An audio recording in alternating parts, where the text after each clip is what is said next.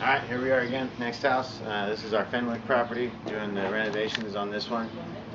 Typically we take it through the front door, but as you can see on this one, we've got it labeled. Our floor guy's in there doing the refinish on the hardwood, so you get to see a close view of that here in a moment. But again, you see the signature moves, which is the red door. You know, we use the same door handle hardware.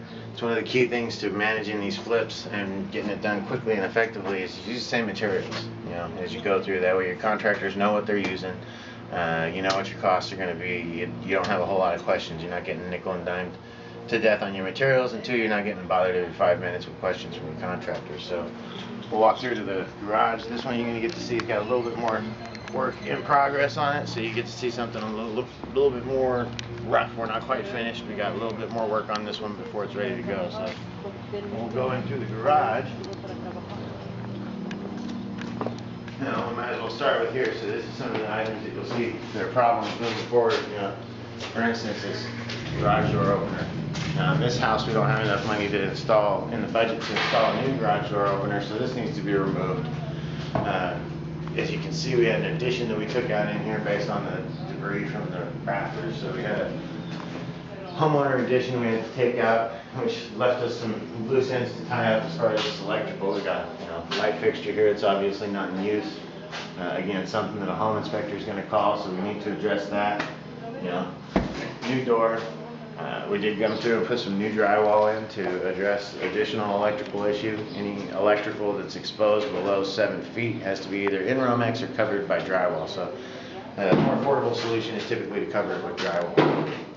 And you can see over here we've got a couple of additional issues, you know, covers that need to be taken care of. I don't even know what that is.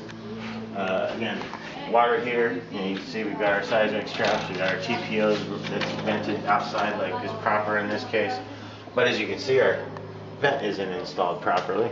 So that needs to be taken care of. And I've got this outstanding electrical issue because the previous occupants had, we don't have any gas in this house. We actually don't even have a gas meter in the house. So they had hardwired in an electrical heater. This is one of the nice things to see when you're dealing with some of these foreclosure properties. So now we'll walk inside, take a look at some of the work that we've done here. You know, all new tile floor, new light fixtures, new windows, freestanding treatment. You can see similar cabinets as you've seen before. For some reason my light doesn't work, so that'll go on my punch list. You know, similar material for the granite, similar material for the cabinets. Again, you know, our faucet that we love and care about so much. And you can see here is an item for rehabbers to be aware of as they're doing your own projects. You see we went with the regular granite backsplash here, and it's actually up on our outlet boxes and creating a problem for our finish. So ideally you like to try and deal with something like that ahead of your granite installation, because now my contractor is going to have to come in and he's going to have to adjust that with the granite in place. A little bit more difficult but doable and worth doing. You know, something that will get noted. People will notice it. It looks a little janky is an expression I like to use. So yeah, you know, I always want to verify that they get their connections where they need to underneath. So for example, I looked at this one and we have the one outlet, but if you're installing a dishwasher on a property that didn't have one before, you need to be aware that the garbage disposal is typically on a switched outlet, whereas your dishwasher requires a constant power outlet. So I have to have my contractor verify that he's got that installed properly. And then just to kind of take a look at what it looks like when we do refinish a hardwood floor. We got Elio here today. He does all my hardwood. Say hi, Elio. Hi.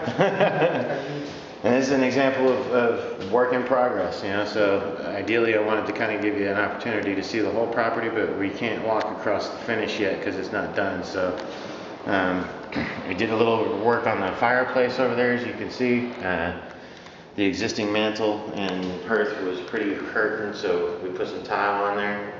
And Elio had a little difficulty with this floor. It was pretty beat up. So we got a little color variance in our finish, but overall it's a big improvement over what the property was when we got it. So if you want to take a quick peek out the back, since we're not going to be able to do a full walkthrough, and get an idea of, you know, on these projects you always have a pile of garbage So we got one guy that comes through and does all of our garbage pickup for us, but as you can see, it's a never-ending battle. So we still have all of the rear landscaping to do on this one. This particular property also had a new roof, new gutters, new windows. So it was a pretty extensive rehab. And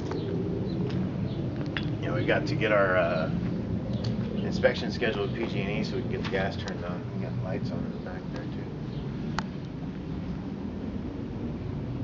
So still got some work left to bring this one to market, but we're on the home stretch, and we'll see you on the next installment and give you an update on this property. And as always, remember, if you have any questions or comments, please leave them below. And as always, if you enjoy our installments and you enjoy our little videos here, please feel free to like and share them.